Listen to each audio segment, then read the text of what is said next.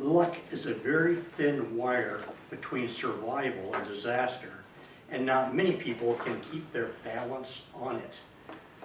Hunter S. Thompson. I found this book, Over the Edge, Death in the Grand Canyon, to be just totally fascinating. This documents every known death in the Grand Canyon since the 1800s. There have been some incidental deaths that are kind of weird, like a tree falling on somebody or rock falling on somebody. A couple of people were killed by mules falling off the trail, being bumped off the trail or sliding off the trail. Lightning. But there are three main causes of death in the Grand Canyon that I'm going to talk about tonight: falling, drowning, and heat. Falling. 115 people have died falling either from the rim or from one of the cliffs or trails within the canyon itself. D.D. Johnson was a clothes designer from Hollywood. In 1946, the ranger looked out the window of the visitor center and there was a crowd of photographers and D.D. Johnson. But instead of being where she was supposed to be, she was up on the wall right on the edge of the south rim. He started out there saying, "You need to get down off there." But he'd only taken about 3 steps when she fell. There was a scree slope and she slid down, and as she slid, she gathered up a bunch of material right in front of her legs, and she stopped on the edge of the abyss to eternity. The ranger looked over there and he said, "Don't move." Well, she froze, luckily. He climbed over the wall and tried to figure out how he could get to her. And then he realized there was a little pinyon tree not very far above her. And he hoped that the tree was strong enough to hold him. And he slid down the same route she had taken, grabbed the tree with one hand, reached down and grabbed the back of her pedal pushers and held her. Meanwhile, the other rangers got the rope and got down and rescued the both of them. She was very fortunate. Most people that go over the edge die. Some of these people do it for really strange reasons.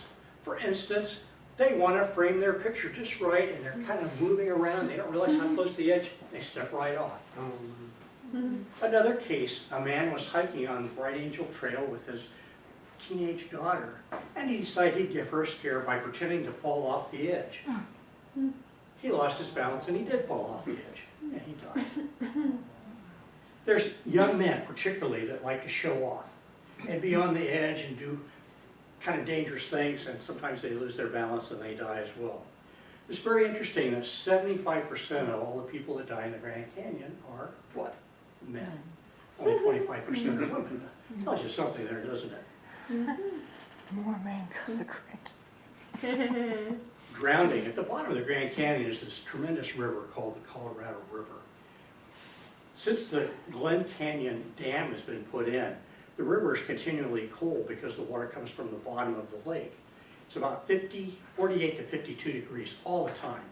Now, it used to be about 80 degrees in the summertime, not anymore. And people don't realize what that cold water can do.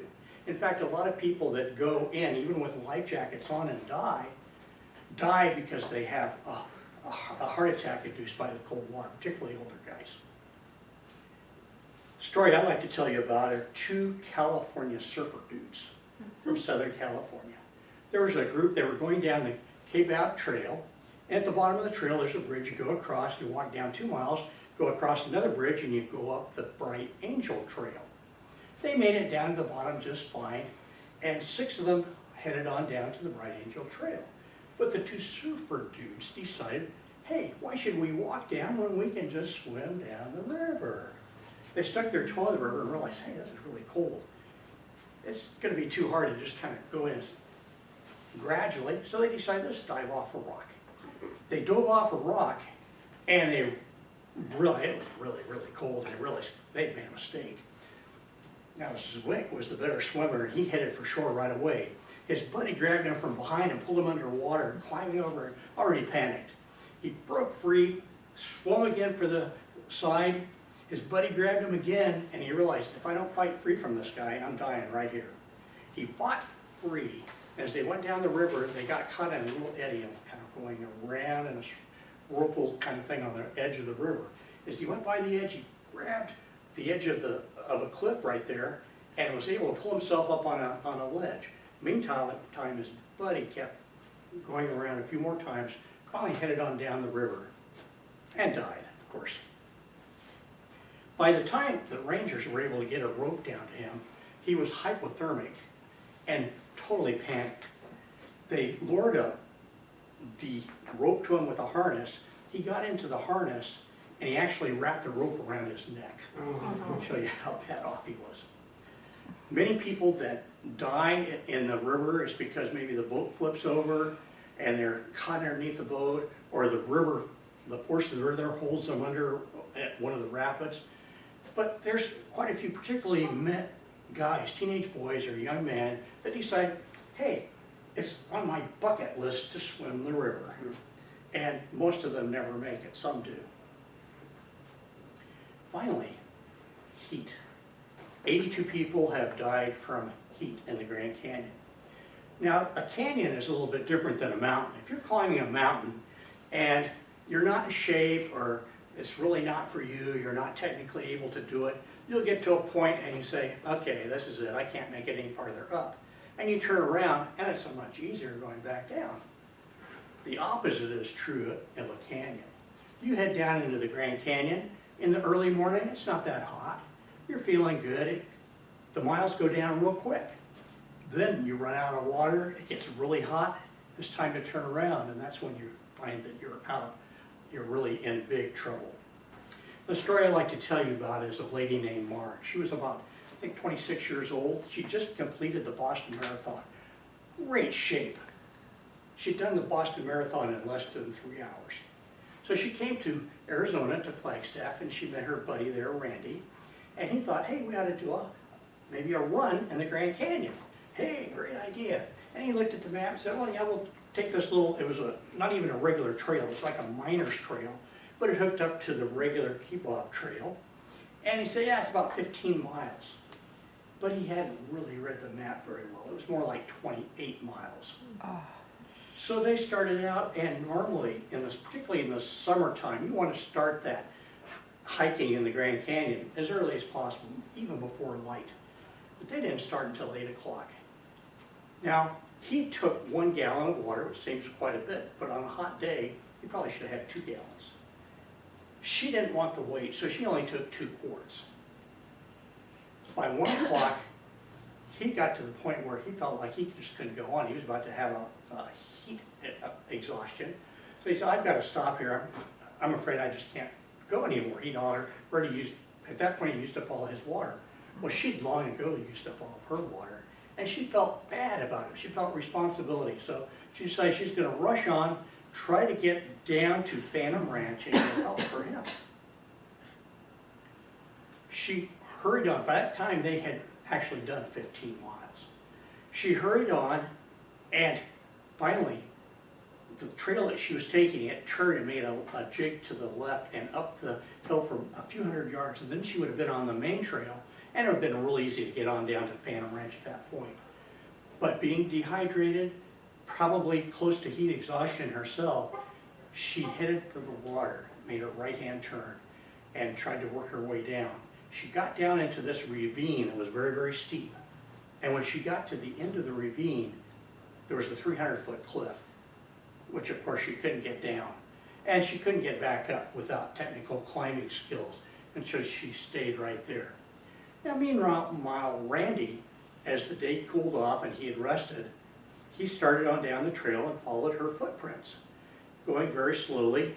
And when nighttime came, without any headlamp and not really knowing where he was particularly, he stopped. And when daylight came the next morning, he worked his way on, and it wasn't long until he hit the main trail and somebody came along and rescued him.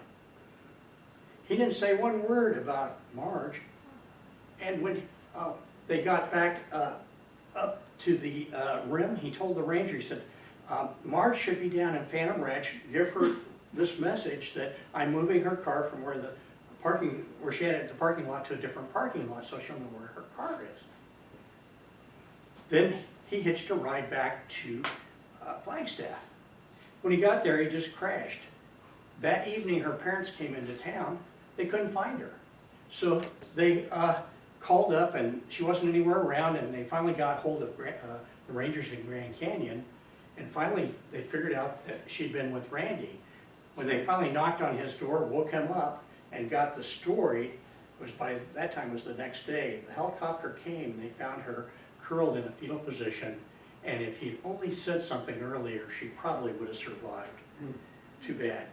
It was very interesting that back in the World War II, the Army did some experiments in the Mojave Desert, which would probably be illegal today. They took all these soldiers and marched them across the desert with no water to see what would happen.